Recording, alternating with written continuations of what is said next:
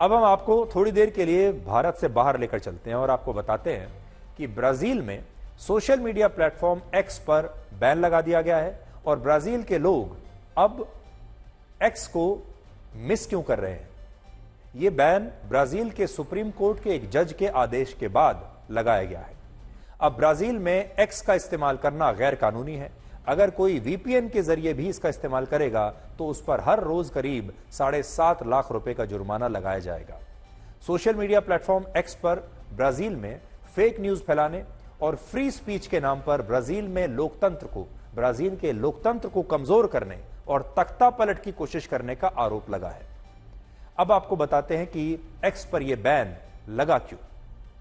अक्टूबर 2022 में ब्राजील के पूर्व राष्ट्रपति बोल्सोनारो चुनाव हार गए थे, जिसके बाद जनवरी 2023 में लूला डा सिल्वा ब्राजील के राष्ट्रपति बने। ये नए राष्ट्रपति बने, लेकिन बोल्सोनारो के समर्थकों ने चुनावों में धांधली का आरोप लगाते हुए वहां की संसद, सुप्रीम कोर्ट और राष्ट्रपति भवन पर हमला कर दिया। वहां जबरदस्त प्रोटेस्ट किया, जिसकी वजह से बोल्सोनारो पर वर्ष 2030 तक चुनाव लड़ने पर प्रतिबंध लगा दिया गया।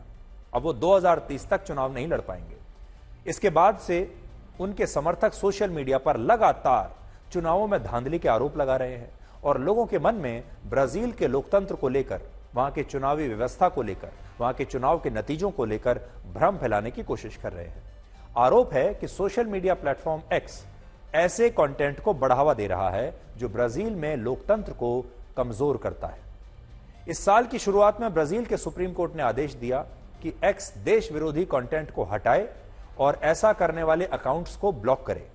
इनमें पूर्व राष्ट्रपति बोल्सोनारो के कुछ समर्थकों के अकाउंट्स भी शामिल थे, जिनके बारे में कहा गया, सुप्रीम कोर्ट ने कहा कि इन्हें ब्लॉक करिए। लेकिन एक्स ने ऐसा करने से इनकार कर दिया और इलॉन मस्क ने सुप्रीम कोर्ट के उस जज के ही खिलाफ एक्स पर एक बहुत ही आपत्तिजनक पोस्ट लिखा। उन्होंने लिखा कि सुप्रीम कोर्ट का यह जज असल में जज के भेष में एक अपराधी है।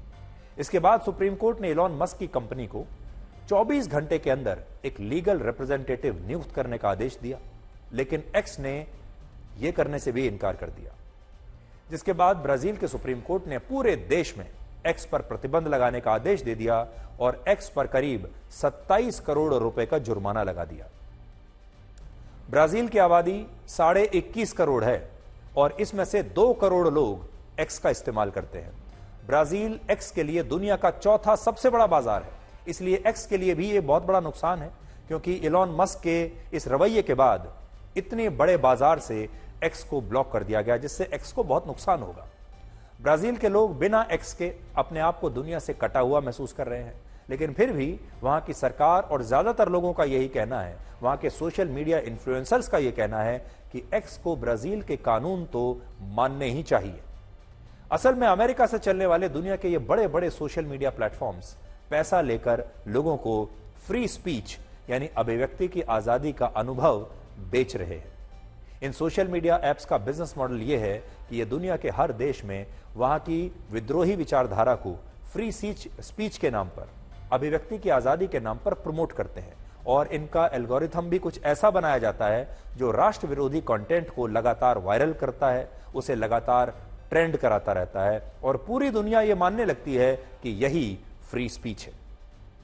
असल में अगर आप देखेंगे, फ्री स्पीच तो पहले से ही फ्री है, फ्री स्पीच तो पहले ही फ्री है। हमारे देश में भी अगर आप देखेंगे तो फ्री स्पीच का जो मैं आपसे बात कर रहा हूं वो फ्री है, चाहे आप सोशल मीडिया किसी भी प्लेटफॉर्म पर चले जाइए। लेकिन ये सारे लोग आपको एक फ्री स्पीच का अनुभव बेचते हैं और कहते हैं कि हम आपको फ्री स्पीच के लिए एक प्लेटफॉर्म उपलब्ध करा रहे हैं। भारत में भी कई सरकारी विरोधी आंदोलनों के दौरान ट्विटर का सरकार से ऐसे ही टकराव होता रहा है और आखिर में एक टिप्पणी इलॉन मस्क पर भी। हमारे देश में भी आपने देखा होगा, जब बड़े बड़े आंदोलन होते हैं, सरकार के खिलाफ होते हैं, बहुत सारे आंदोलन ऐसे भी होते हैं जिनसे आपको लगता है कि देश कमजोर हो सकता है। हमारे देश की मान लीजिए कोई अदालत फैसला ले लेती है या संसद कोई फैसला ले लेता है, उसका विरोध करने के लिए बड़े बड़े आंदोलन होते हैं और उन आंदोलनों को भी इस तरह के सोशल मीडिया प्लेटफॉर्म्स जो हैं वो पीछे से समर्थन देते रहते हैं और इसीलिए ये एक मॉडल है जिससे बड़े बड़े देशों को और उनके लोकतंत्र को डिस्टेबलाइज करते हैं, अस्थिर करते हैं। और आखिर में इलॉन मस्क के बारे में कुछ। इलॉन मस्क टेस्ला, स्पेसएक्स और एक्स जैसी बड़ी कंपनियों के मालिक हैं। दुनिया के बहुत बड़े उद्योगपतियों में से एक है और आजकल कई देशों की सरकारों और राष्ट्राध्यक्षों पर वो खुलकर सोशल मीडिया पर आपत्तिजनक आरोप लगा रहे हैं, जिसकी वजह से इन देशों में इलॉन मस्क की कंपनियों का लगातार नुकसान हो रहा है। कुछ दिन पहले इलॉन मस्क ने वेनेजुएला के राष्ट्रपति का भी सोशल मीडिया पर मजाक उड़ाया था, लेकिन यही इलॉन मस्क अमेरिकी सरकार के सामने बिल्कुल शांत रहते हैं और चीन में लोकतंत्र और अभिव्यक्ति की आजादी के बारे में इन्होंने कभी आवाज नहीं उठाई, क्योंकि चीन में टेस्ला की बहुत बड़ी फैक्ट्री है और उनके आर्थिक हित इन देशों से जुड़े हुए हैं। ये देश इतने शक्तिशाली हैं कि इलॉन मस्क जैसे उद्योगपति इनका मुकाबला नहीं कर पाएंगे, इसलिए ये भी पिक एंड चूज करते हैं। ये जानते हैं कौन कौन से देश कमजोर हैं, कहां ये अपनी आवाज उठा सकते हैं और कहां इन्हें चुप रहना है। इलॉन मस्क ने 3,70,000 करोड़ रुपए में ट्विटर को खरीदा था। इसके बाद उन्होंने ट्विटर का नाम बदलकर एक्स कर दिया और इसके बाद से ही वो लगातार इस कंपनी में कॉस्ट कटिंग के नाम पर लोगों की छटनी कर रहे हैं। इन्होंने जो फैक्ट चेक यूनिट था इस कंपनी का, उसे बंद कर दिया और पैसा लेकर अब ये कंपनी सबको ब्लू टिक बांट रही है। बहुत सारे लोग जो फेक अकाउंट चला रहे हैं, किसी के भी नाम पे कुछ भी अकाउंट चला रहे हैं, वो भी अगर पैसा दे दें तो उन्हें भी ब्लू टिक मिल रहा है सिर्फ पैसे की वजह से। और इसी दौरान एक्स पर अब अश्लील कंटेंट को भी खुलकर बढ़ावा मिल रहा है। लेकिन इस सब के बावजूद एक्स की मार्केट वैल्यू घटकर 3,70,000 करोड़ रुपए से घटकर अब सिर्फ 1,04,000 करोड़ रुपए रह गई है। तो इलॉन मस्क की जो लीडरशिप है उस पर एक बहुत बड़ी टिप्पणी है कि जब उन्होंने लिया था ट्विटर को, जब खरीदा था, तब उसकी वैल्यू काफी ज्यादा थी और जब से उन्होंने लिया है तब से लेकर लगातार ट्विटर की यानी एक्स की जो मार्केट वैल्यू है वो लगातार गिरती चली जा रही है। और उसका एक बहुत बड़ा कारण यह है कि वो सीधे इसमें हस्तक्षेप कर रहे हैं और उन्होंने जो नीतियां अपनाई हैं उसकी वजह से एक्स को फायदे से ज्यादा नुकसान हो रहा है। और जिस फ्री स्पीच को ये बड़ी बड़ी सोशल मीडिया कंपनियां अपने सोशल मीडिया प्लेटफॉर्म्स पर बेचती हैं, आपसे पैसा लेती हैं उस पर हमारे देश के नेता भी लाखों रुपए, करोड़ों रुपए खर्च करते हैं।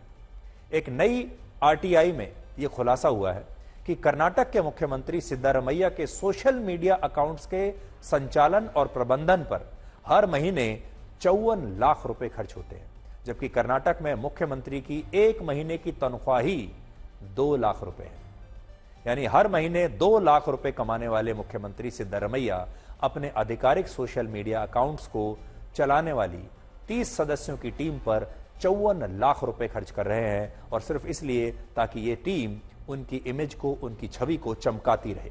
और इससे आप समझ सकते हैं कि इन सोशल मीडिया प्लेटफॉर्म्स पर बड़े बड़े नेता अपनी छवि को फ्री स्पीच के नाम से चमकाने में जुटे हुए हैं और ये पैसा असल में आपकी जेब से जा रहा है, टैक्स पेयर की जेब से ये पैसा जा रहा है, वोटर की जेब से ये पैसा जा रहा है। और इस पैसे से हमारे देश के नेता इन सोशल मीडिया प्लेटफॉर्म्स का लाभ उठाकर बड़ी संख्या में बहुत बड़ा पैसा खर्च करके टैक्स पेयर का अपनी छवि को चमकाते हैं और उसके जरिए अगला चुनाव जीतने की कोशिश करते हैं।